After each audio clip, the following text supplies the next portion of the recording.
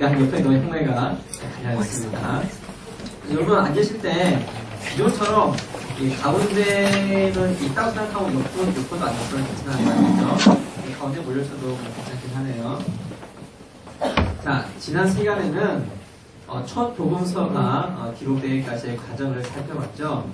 하나님은 그 시대가 요구하는 필요에 따라서 그 시대를 살아가는 사람들을 통해서 또 그 시대의 방법으로 그 시대의 독자에 맞게 복음서를 기록하게 하셨어요. 그렇게 해서 처음으로 기록된 복음서가 바로 이 마가복음이라고 했습니다. 여러분들이 스마트폰을 살 때 가장 중요한 이 3요소는 뭐 디자인, 성능, 가격 이 정도겠죠. 그런데 삼성, 애플, 뭐 LG 누가 만들었는가에 따라서 이 제품의 특성이 완전히 달라지잖아요. 그래서 이 제조사가 폰을 구입하는 가장 기초적인 고려 사항이 되기도 하죠. 이거 도서를 봐도 이 작가와 출판사에 따라서 이 가치관과 또 목적이 또 책에 다 스며들어 있고요. 또 심지어 여러분들 웹툰도 많이 보죠. 웹툰을 봐도 이 작가라고 하면 어떤 이 등장인물이라든가 스토리 전개라든가 그림체의 느낌이 딱 이 작가 느낌이야. 딱 많이 보는 사람들 왜 우는 사람 유명이네. 그게 딱 그런 사람이 있잖아요. 그러니까 어떤 작가이든지 간에 다 누가 만드는가에 따라서 그것이 가지고 있는 특성이 다 달라요. 복음서도 마찬가지입니다. 이 사복음서가 똑같이 예수님에 대해서 이야기를 하고 있지만 이 저자가 누구냐에 따라서 핵심 주제, 강조점, 독자, 문체, 분량 모두 다 조금씩은 달라요. 그래서 그 성경을 볼 때도 그 책의 저자가 누구인지를 살펴보는 것도 상당히 중요합니다. 복음서 중에서 가장 먼저 기록된 이 마가복음. 이 마가복음의 저자가 누구죠? 너무 뻔한 질문을 했나요? 마가예요. 성경에 있는 마가를 마가라고 하는 요한이라고 소개하는데 유대식 이름이 요한이고 로마식 이름이 마가예요.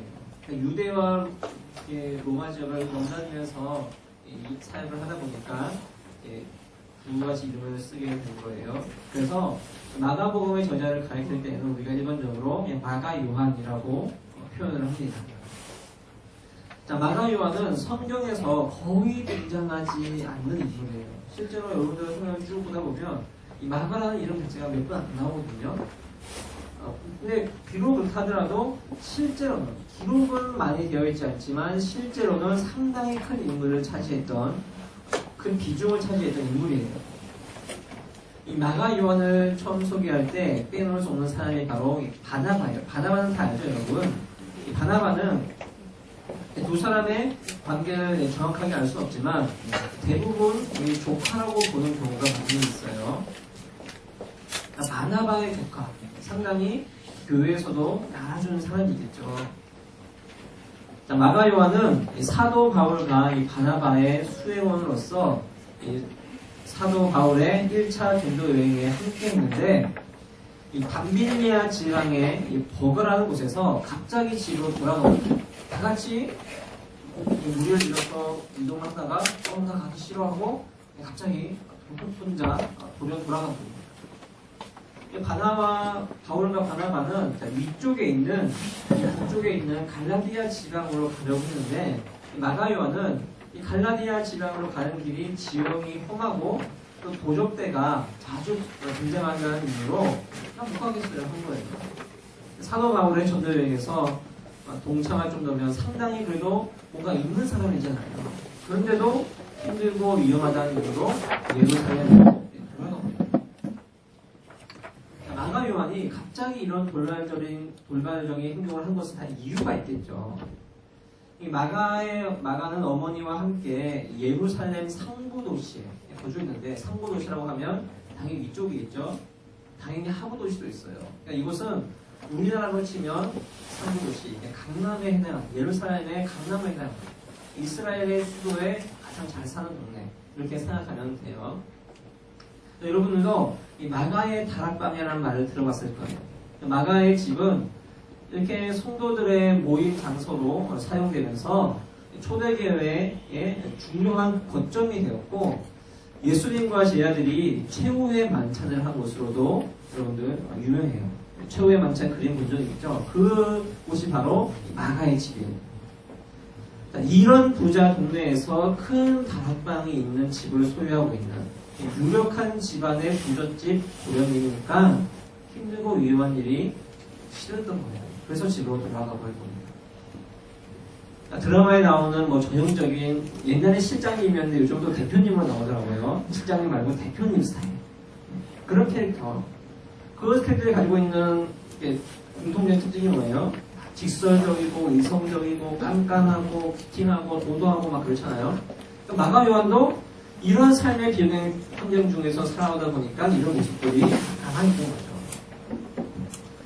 그래서인지 마가복음의 문체를 보면 다른 복음서에 대해서 상당히 이성적이고 직설적이고, 어떤 경우에는 너무 그렇게 있는 거 없는 거 그대로 말하다 보니까 예수님과 제자들에 대해서 예의가 없는 것처럼 보일 때도 있어요. 예를 들어볼까요?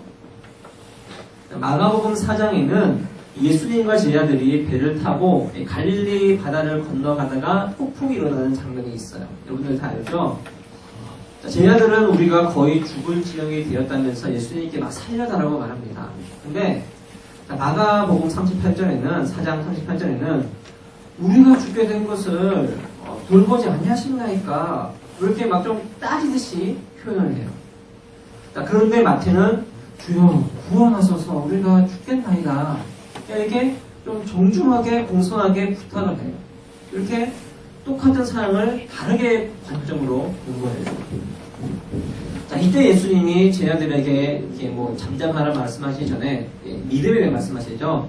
40절에는 너희가 어찌 믿음이 없느냐. 마가는 제자들의 믿음 없음을 대놓고 말해요. 반면 마태는 어찌하여 무서워하느냐, 믿음이 적은 자는, 조금 더 부드럽게 표현을 하죠. 자, 마가복음 3장에는 예수님의 친족들이 예수님을 찾아오는 장면이 나오거든요. 예수님이 한참 사역을 하다가 예수님의 가족들이 와요. 자, 마가는 예수님의 친족들이 예수님을 향해서 우리 첫째가 자기가 메시아래 이렇게 말한 거거든요. 근데 마태와 누가는 이 일 자체를 기록하지 않았어요. 자, 마가복음 1장에는 예수님께서 세례를 받으신 후에 광야로 가는 장면이 있어요. 자, 마태와 누가는 예수님이 성령에 이끌리셔서 광야를 가셨다 이렇게 표현하거든요. 근데 마가는 성령이 예수님을 광야로 몰아내셨다. 몰아낸다는 말은 귀신을 쫓아낼 때 쓰는 표현이었어요, 당시에. 근데 이것은 성령님께서 예수님을 귀신 쫓듯이 몰아서 가셨다. 상당히 직설적이게 표현을 한 거죠. 이처럼 마가는 다른 복음서의 저자들과는 다르게 있는 그대로를 가감없이 상당히 직설적이고 강한 표현들을 사용하여서 마가복음을 기록했어요. 상당히 좀 예의가 없는 것 같은 느낌이 들 때도 있는 거죠. 마가 요한의 이 신상 정보에서 가장 중요한 것은 예수님의 12제자가 아니라는 거예요. 베아냐유, 빌바, 도마, 야다시가 당연히 없죠. 그리고 예수님 가까이에서 동행하면서 예수님의 사역을 관찰했던 주요 목격자도 아니었어요. 그런데도 복음서 중에서 가장 먼저 쓰여진 이 마가복음의 기록을 한 사람이 되어 있습니다. 여러분, 가장 먼저 기록했다는 것은 상징성이 있잖아요. 자, 그런데 과연 지금까지 살펴본 마가의 모습을 봤을 때 이 마가 요한이 복음서를 기록할 자격이 있는가 생각을 해보면 그런 것 같지 않아요. 자, 하지만 이 마가 요한의 역할은 우리가 생각했던 것보다 훨씬 큽니다. 또 특히 이 마가복음도요, 여러분 상당히 중요한 위치를 차지하고 있어요. 자, 마태, 마가, 누가, 요한 이 네 가지 책을 사복음서라고 했죠. 그런데 마태, 마가, 누가 이 세 가지 책을 공관복음이라고 해요. 공관복음. 같은 시각을 가지고 같은 관점으로 쓴 책. 이렇게 해서 공관복음이라고 해요. 요한복음도 예수님에 대해서 기록한 책이지만 관점이 좀 많이 달라요. 마태, 마가, 누가는 같은 관점을 썼거든요.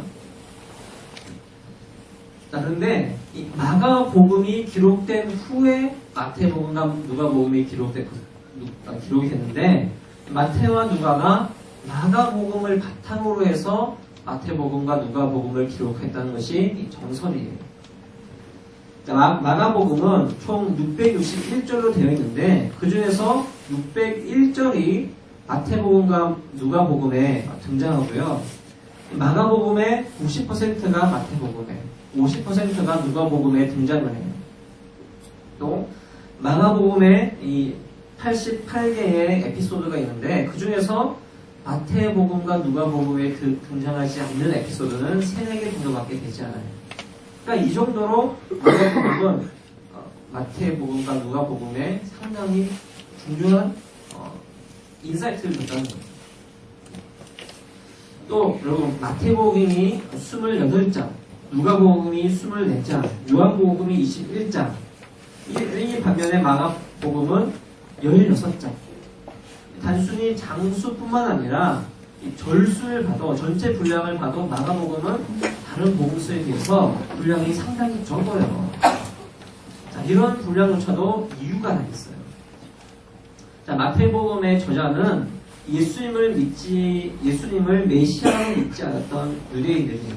그래서 마태는 예수가 구약에서 예언했던 그 오랫동안 우리 조상들이 바랐던 그런 메시아다, 이 사실을 밝히기 위해서 구약성경을 많이 이용해요.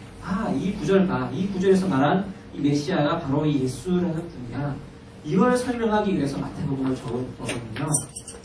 거기에 더해서 유대인으로서 지켜야 되는 사람들, 또 상당히 자세하게 가르침을 적어놨어요. 그러다 보니까 분량이 많아질 수밖에 없는 거예요. 마태복음.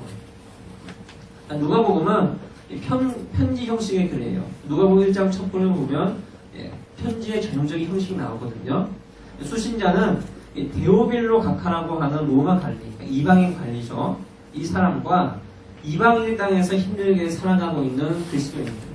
그러니까 본질은 뭐예요? 이방인 관리들, 이방에서 살아가고 있는 그리스도인들. 자, 수신자들이 아무래도 유대 땅에서 계속해서 살았던 사람들에 비해서 예수님에 대한 지식이 부족할 수밖에 없잖아요. 그러다 보니까 그들이 누가복음 첫문에 보면 그들이 예수에 대해 알고 있는 바를 더 확실하게 알기 위해서 읽었습니다. 이렇게 표현을 해요. 또 그렇게 정확하게 알기 위해서 예수님의 공생의 사역을 시간 순서대로 이해하기 쉽게 설명한 겁니다. 그것이 바로 누가복음입니다. 저 이거 안 눌러주네요. 자, 다음 요한복음. 요한복음은 특정인을 대상으로 쓴 책은 아닙니다. 그리고 복음서 중에서도 가장 늦게 기록이 됐어요. 사도 요한은 예수님이 하나님의 아들이다, 이 사실을 증거하는 데 주력을 하면서 또 요한복음이 가장 늦게 기록이 됐으니까 공관 복음에서 좀 부족하신 내용들을 조금 더 보충을 했어요. 그래도 그때 당시에 이 이단들이 엄청나게 막 일어났거든요. 이단들에 대해서 개혁하는 내용도 포함이 되어 있죠. 요한복음이 늦게 기록된 만큼 이런 부분들을 보완해서 쓴 책이 바로 요한복음입니다. 그럼 우리 마가복음 볼까요?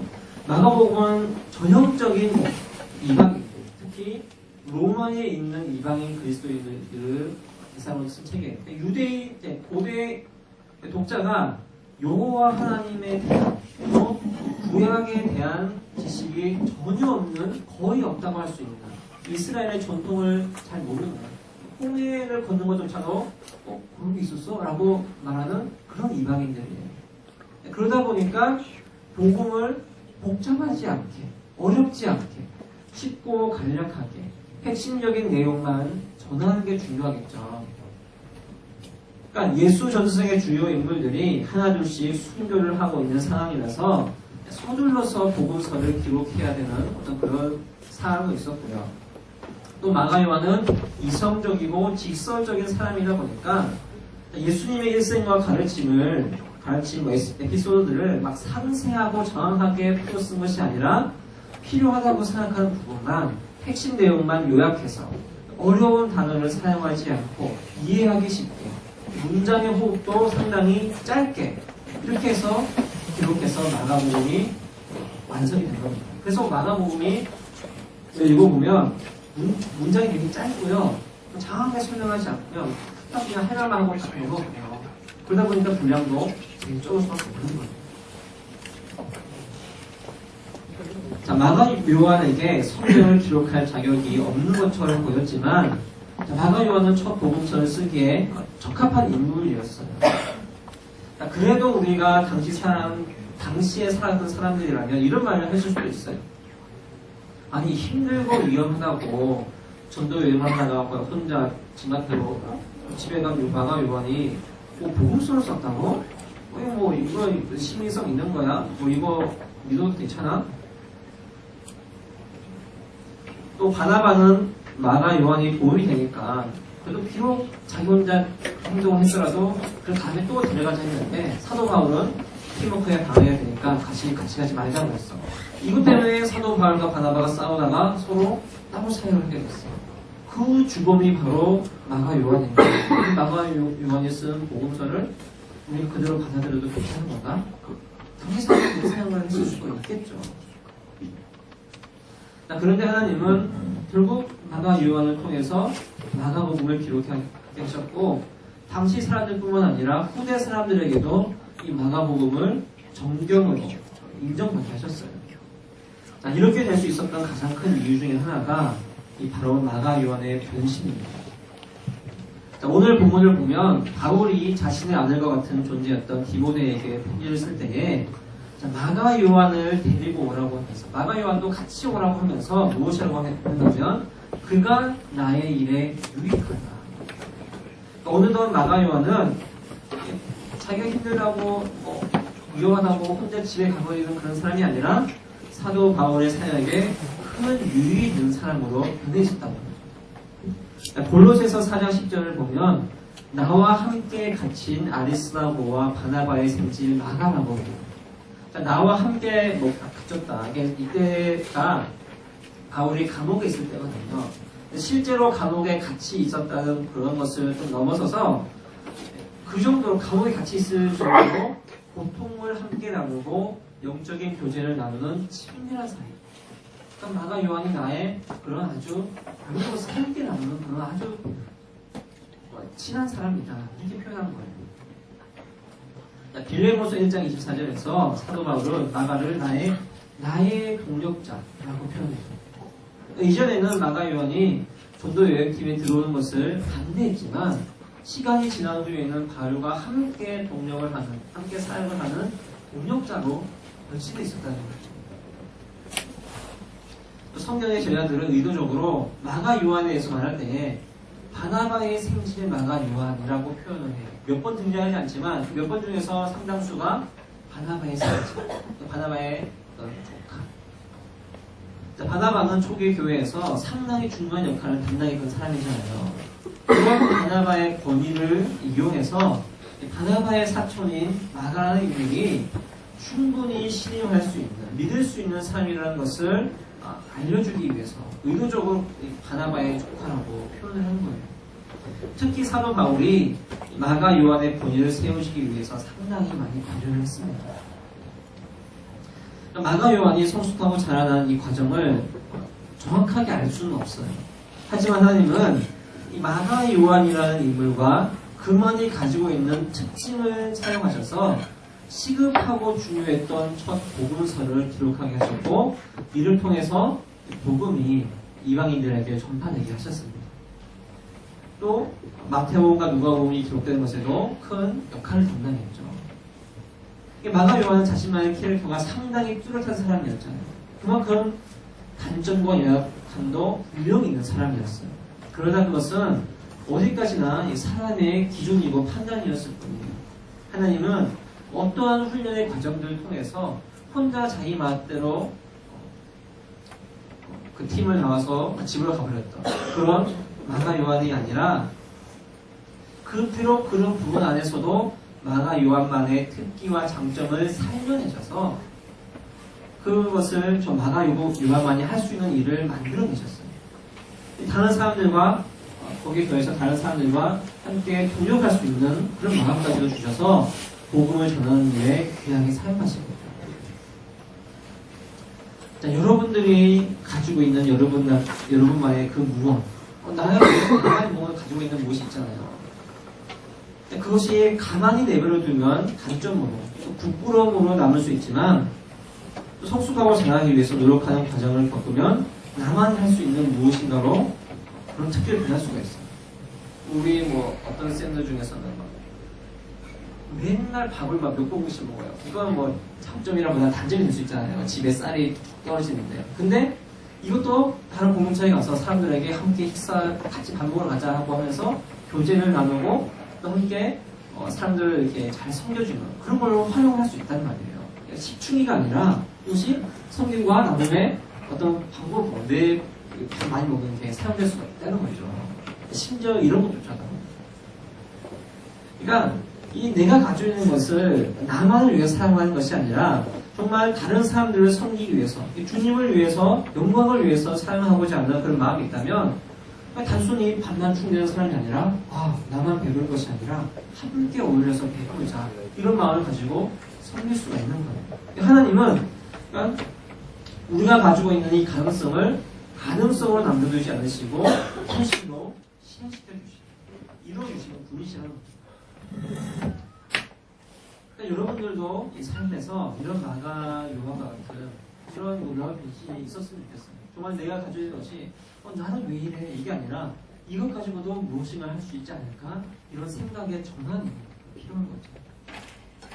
자신의 모습을 보고 뭐 한숨을 쉰다던가 내가 뭘 할 수 있겠어 이런 마음을 가지는 것이 아니라 오늘도 나를 빚어가시고 만들어가시는 하나님을 바라보면서 나를 향한 하나님의 뜻과 또 비전을 향해 나아가는 우리가 되기를 하나님께 귀하게 쓰임받기를 주님의 이름으로 간절히 축복합니다.